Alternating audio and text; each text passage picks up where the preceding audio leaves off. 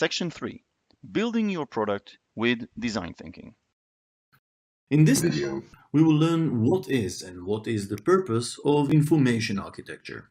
We will learn how to design and plan your information architecture and how to define your page hierarchy. Information architecture can be seen as the skeleton of your product. Its very structure is made to bring order to your product. Wikipedia defined it as the structural design of information environments, labeling websites, intranets, online communities, and software to support usability and findability. Information architecture involves a model or concept of information that is used and applied to activities which require explicit details of complex information systems. Information architecture is the field that deals with organizing your product's data in a way that confirms with how the organization sees it and how the user sees it. The purpose of information architecture is to develop a mental model of the organization and the data. It's to allow ease of use and to set patterns for further developments. Think of it as the architecture of a house. When you come to a house and you understand where the kitchen, where the bathroom, and where the living room is, it will be easy for you to understand where to find the cups and where to find the towels. Our goals when we are planning the information architectures, as we said, are to serve both the users and the organization. In particular, we aim to make the content accessible and understood to all our users. Make sure that they are able to use it efficiently and learn it with ease. We also want to see that the user find the information architecture that we created credible and reliable for usage. If you think of it, you see that all these properties are quite similar to the basics of user experience we talked about in the first few lessons.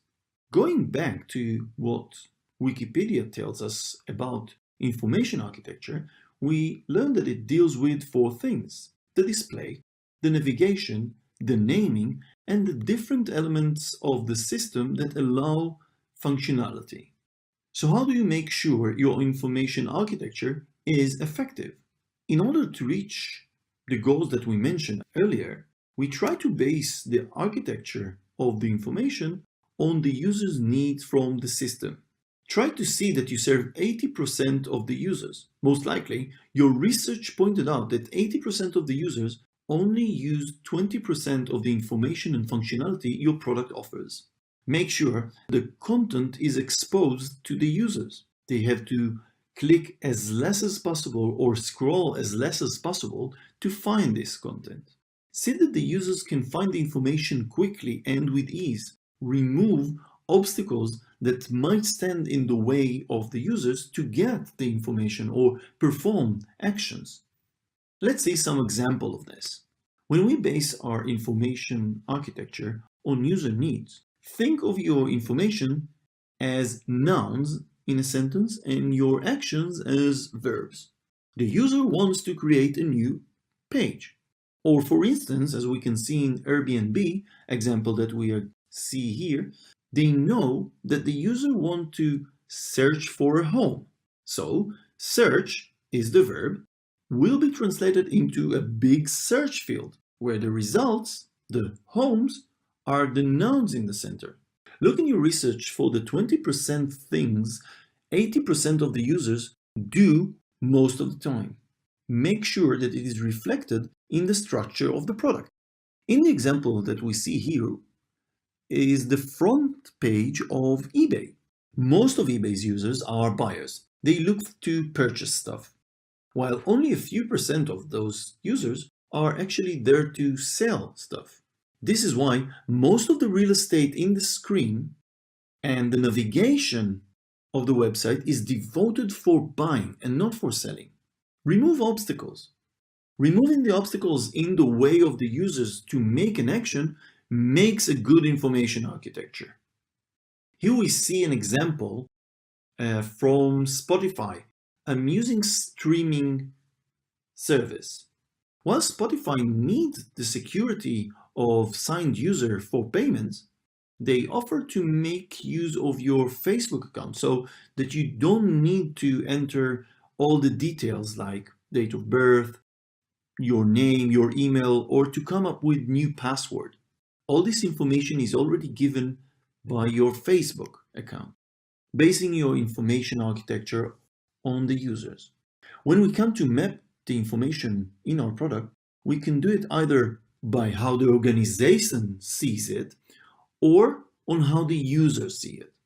For instance, while from organizational point of view, there's a little difference, for the users of HSBC UK, there's a great difference between business and personal banking.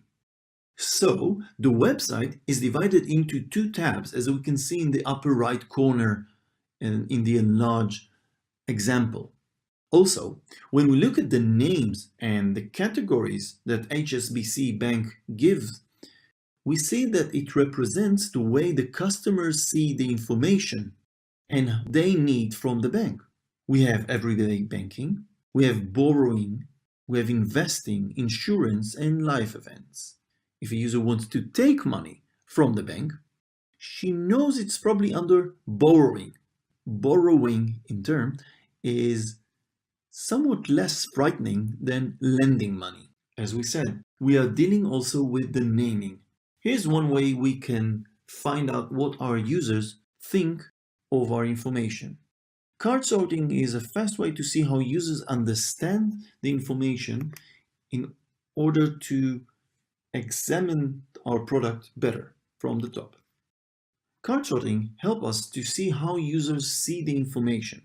It is helpful both in cases we know what the content is and when we want to discover what content and actions users expect to have in our service. Our tip is to use groups of 3 to 5 people, no more, no less. The first sort of card sorting is open card sorting. In open card sorting, we have the information and the actions, or the noun and the verbs as we called it earlier, and our aim is to see how the users construct the information architecture. We give the users a list of everything that can be done in the product and all the information in the product, and we ask them to divide it into 6 groups. Our tip is to first give them the assignment to divide it into 6 groups.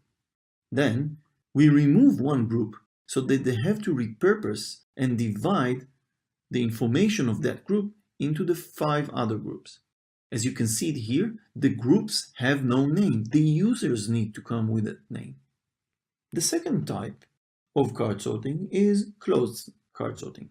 Here, both the titles of the groups are given. Our aim is to see how the users understand the information and divide the information into these groups. It will let you know which things are not clear enough to have no place in your hierarchy and how your users perceive the information is the open categories. The last sort of card sorting is the categories expectation. We give our users the different categories and ask them what they think will be under each category. It gives us a view into the sort of information and actions they expect to see. Until now, we talked about how information is structured. The hierarchy in the screen reflects how the information is accessed by the users. When we arrange the screen real estate, we want to make sure that common actions are accessible regardless of the location in the architecture. We want to grant easy access to information. If we look at this AliExpress homepage, we see that while they show all the categories on both sides of the page, they also give some place to the $5 deals. Although from information architecture point of view, $5 deal is a filtering done on search results or on a specific category, they know in AliExpress that many of their buyers look for items that cost less than $5. And this is what intrigues them. So instead of having them search through a category and then filter it by price, they give a shortcut in a prominent place in the web page. When you're designing your product, ask yourself what your users are accustomed to. Take note in the hierarchy of similar products that the users know. What is visible at first glance? What should be revealed by scroll or any other action like click? How many clicks or scroll actions do the user need to see the information? Is there anything contradicting? What is the signal to noise ratio? How much information are you giving your users and how much information can they really absorb? When you're designing a product, look at the actions your users really need to make. For instance, if we look at Shazam, an application for music capturing and identification, they place their main button in the center so that it'll be easy to reach and understood quickly. This is crucial because when you hear this song on the radio and you want to identify it, you need your service to act quickly. In that sense, they designed this button like an emergency button, front and center.